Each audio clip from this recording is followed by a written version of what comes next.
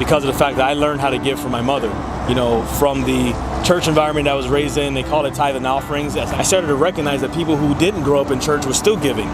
And I started to be able to identify and put two and two together, because at the end of the day, in this society, we're here to support one another. But if we were really truly able to organize, and all of us were able to put our resources together and in a very systematic way give back, there would not be one person hungry who lacked anything. That lacked ever. No. And that dynamic, always giving back, is exactly the infusion of why I had to start the Epic Foundation, because I naturally always found myself giving. That's the same infusion of what we're trying to really replicate and help people understand is when you're moved, give. You'll always be blessed. It'll always come back. That's how, whatever you want to call it, if you want to call it a blessing, you want to call it karma, it doesn't matter what you want to call it. The bottom line is give, because there's people in need. Thus the Epic Foundation, thus being the president of the Epic Foundation, because the impact that I've seen already made by just a small few who've given, imagine what we can do in this world. There's so much more we can do. Drumroll please, she is the president of the Epic Foundation. And from when he was about 6, I remember the first $10 bill he got, I said, no, you're going to tithe 1/10 of that. I was like, what is that? Take this dollar. It was funny. It was funny. So he went to the secretary of the church, and she was gone.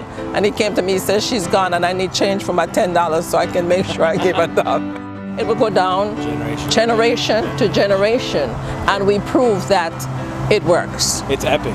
It works. All right, Mom. It works. Thank you so much. Love you. Little by little, the reputation started to grow naturally on its own. Right. Well, having a conversation with different various parents, you know, the dialogue ending up in, well, how much does it cost? What would break my heart wasn't the fact that we didn't close a client. It was the fact that we knew this parent, the child of this parent, really needed this program. But the parent walked away because of a dollar sign. What do I do? I have to do something, because again, the way my mom raised me and some of the things that I learned from different mentors like yourself in my life is that if you don't complain about something you're not willing to do something about. That's exactly right. There was a group of kids actually here in the senior class that they needed help. They needed financial help to go on their senior trip, and I had a group of alumni. We put our money together, and it was this whole theatrical thing. We had a great time with it, but we were able to present money that allowed them to go on their senior trip. Awesome. And that was the beginning of the Epic Foundation.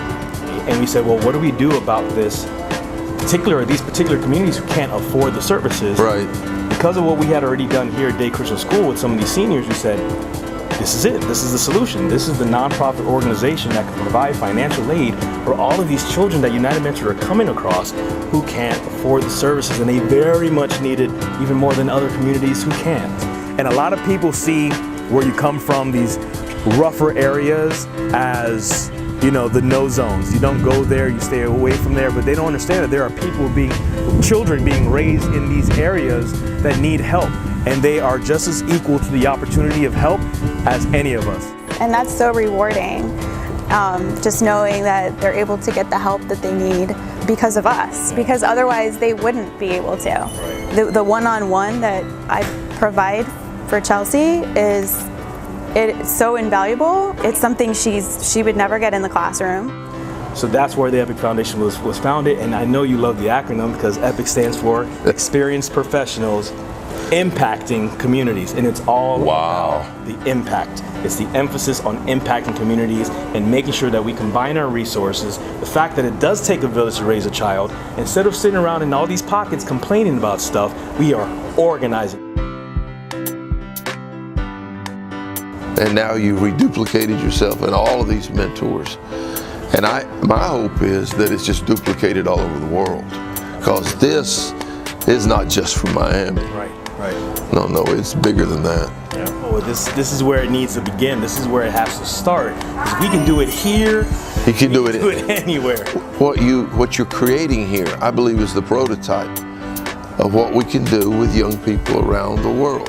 And what you do and your mentors do is they put a foundation on these kids. It's not just about being a whiz at math. Right. It isn't just being physics and knowing how to do this subject. You have harnessed this ability of how to unlock a kid's mind, because many of them have zero confidence. None. They don't believe. And I tell people everywhere, you have to come to Miami and see what this man is doing. From United Mentors to the Epic Foundation, that marriage, which I learned how to be married from you, from that marriage, that perfect two become one, it has made it a complete solution. Well, I just want to say to anybody that's watching this video, what greater thing could you do than to make an investment to scholarship a child that maybe there's just no way they could afford that. You'd make the difference forever in their life. Opened up doors they could have never walked through just because you cared enough. You can go to Best Buy and buy a flat screen TV. You can go and buy another cell phone. Or you know what, you can do something that would just change life. And you know what, you can be part of that. You can be part of the light to a very, very dark world. We have a chance to do something, to make something, to build something.